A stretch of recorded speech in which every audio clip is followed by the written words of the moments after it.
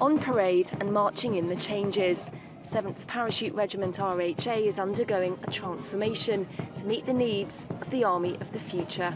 One of its batteries was disbanded in May, and now H Battery is leaving the regiment, moving over to 1st RHA. We've known this is coming for a long time. Actually the positives are that we're staying here in Colchester and we're staying in 16 Brigade. So unlike a lot of other people across the Army as a result of Army 2020 who are moving, leaving Germany, re-rolling completely or disbanding, actually it's a bit of a change in our capability, but we stay in Colchester and we're happy. The battery has a distinguished 200-year history, including 4 tours of Afghanistan and 1 in Iraq. This parade is the regiment's way of saying goodbye. In that sort of period of wondering what sort of person am I going to be in this regiment, you can't help but forget all these blokes that have gone before us and sort of take their lead and follow their example, really. The regiment is also witnessing the re-rolling of I Battery into the regiment's headquarters. This was a parade marking the reshaping of a regiment to cope with the challenges of an uncertain world. There may be a loss of capability, but not of numbers.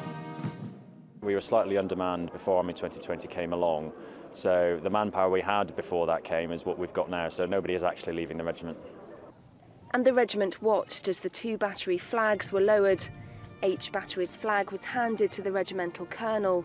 He'll pass it on to its new home at 1st RHA. The regiment is proud of its history. It's also proud of its present and the maroon berets and wings, which mark it out as no ordinary artillery regiment. When your back's against the wall and things get difficult, is knowing what you've come through to earn the right to wear a maroon beret and the wings on your arm.